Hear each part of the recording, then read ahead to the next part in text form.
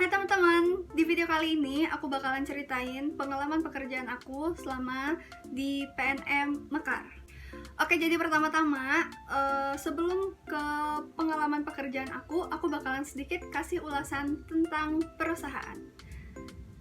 Jadi yang pertama yang aku bahas adalah MMI. MMI itu singkatan dari Mikro Madani Institute, adalah perusahaan afiliasi dari PT PNM Persero yang bergerak dalam bidang pelatihan, sertifikasi, pengelolaan sumber daya manusia, dan rekrutmen. Nah, sekarang kita ngebahas tentang PT PNM-nya langsung.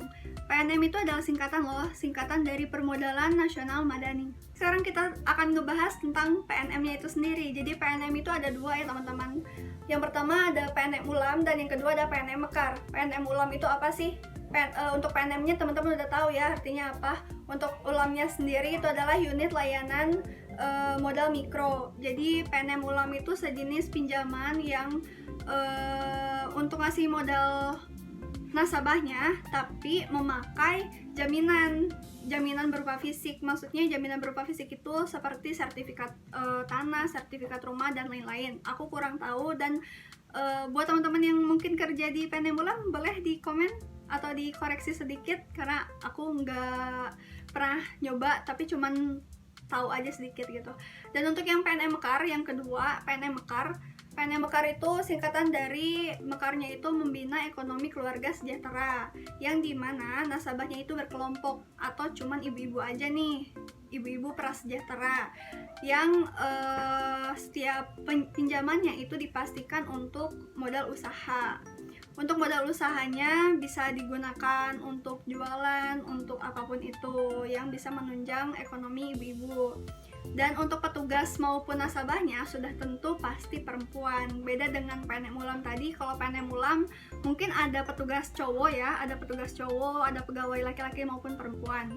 Kalau di PNM Mekar itu hampir 100% adalah perempuan, mau AO-nya atau FAO-nya. Apa sih AO itu? AO itu adalah singkatan dari Account Officer.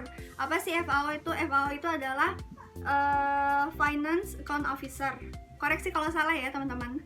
Nah, jadi itu sekilas tentang perusahaannya. Untuk perusahaan sendiri itu udah the best banget ya. Itu udah BUMN, kemudian juga dalam jasa keuangan.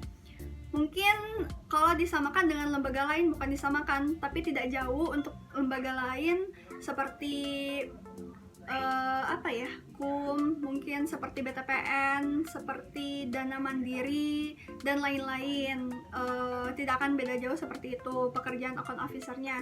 Dan di sini aku posisinya sebagai account officer. Nah, oke, sekarang bakalan cerita tentang pengalaman pekerjaan aku sebagai account officer. Jadi, aku bakalan ceritain dulu awal masuk aku di PNM seperti apa. Nah, untuk yang pertama kali, aku bakalan kasih tahu gimana proses aku sampai menjadi pegawai di PNM Mekar.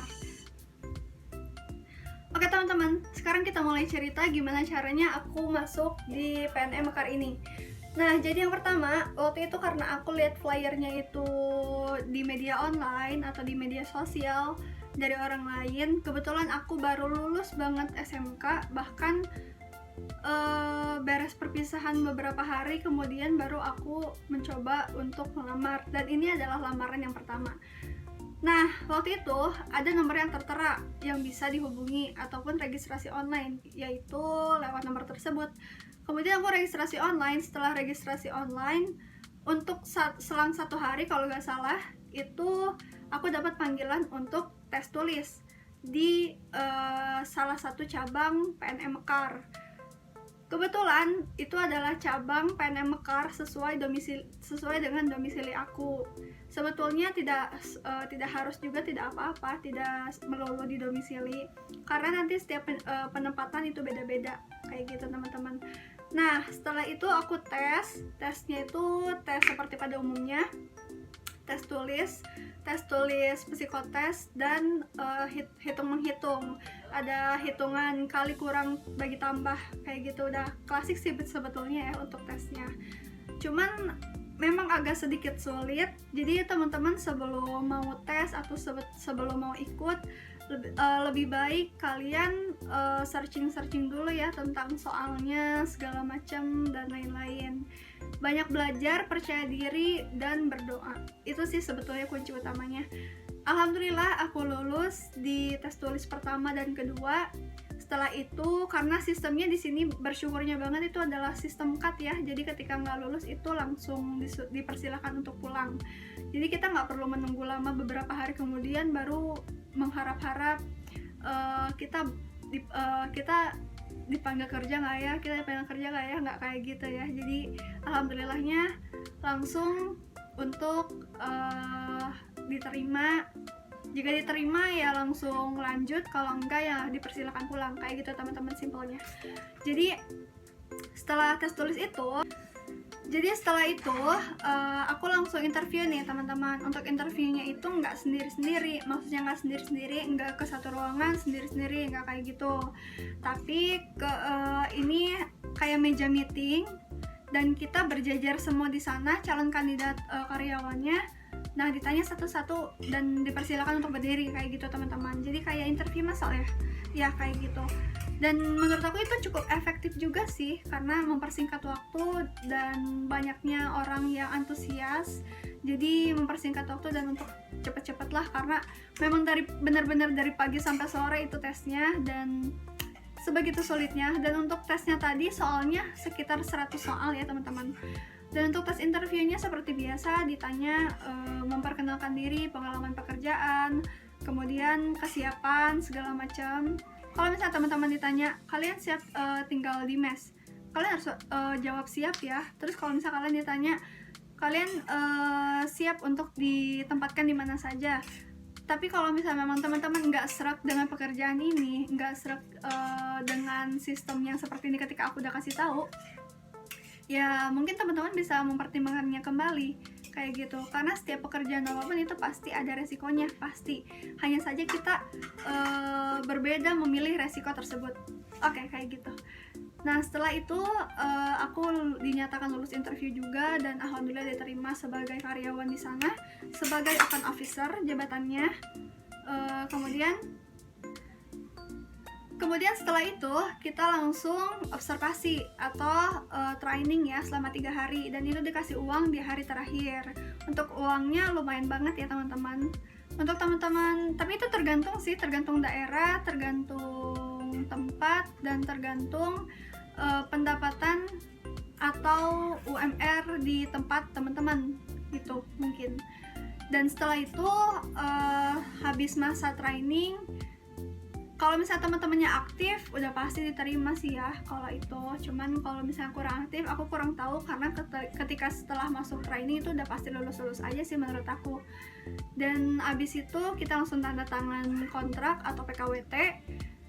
Yang enaknya banget di sini itu, ketika kita udah kerja, itu tuh langsung kita jadi pegawai tetap. Jadi kita nggak was-was tuh, misal kalau mau ngambil cicilan kita nggak was-was, kita nggak punya pekerjaan segala macam. Yang penting kita nggak punya kesalahan kayak fraud ya. Fraud itu kayak pelanggaran perbankan.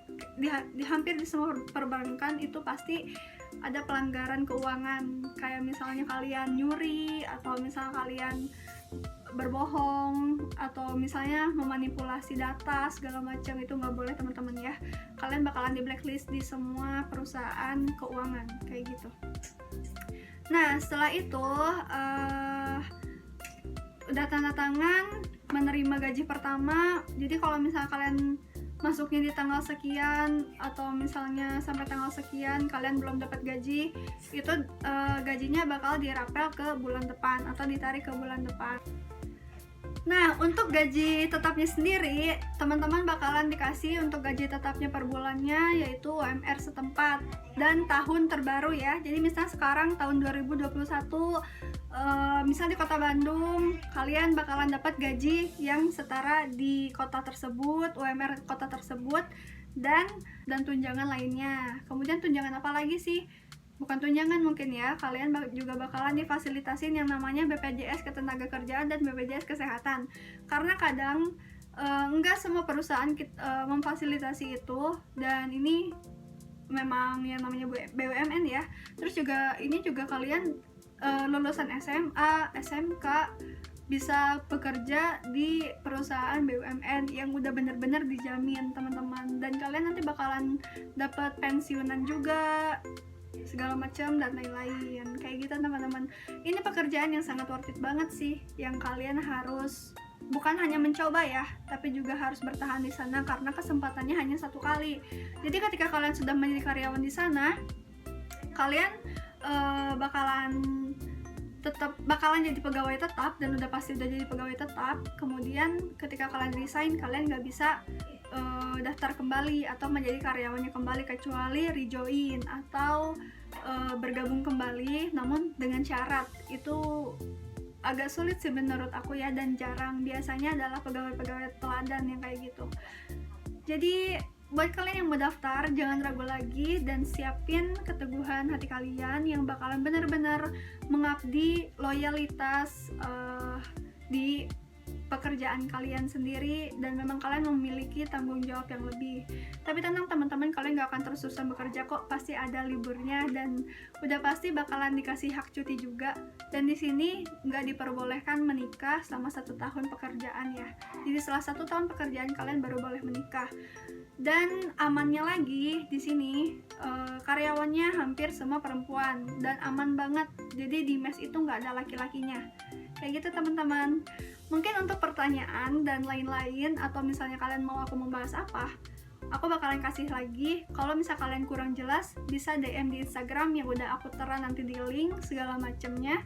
Kalian bisa baca di description box, dan kalian bisa ajuin pertanyaan mau di komen ataupun di sosial media aku, boleh banget. Thank you so much for watching.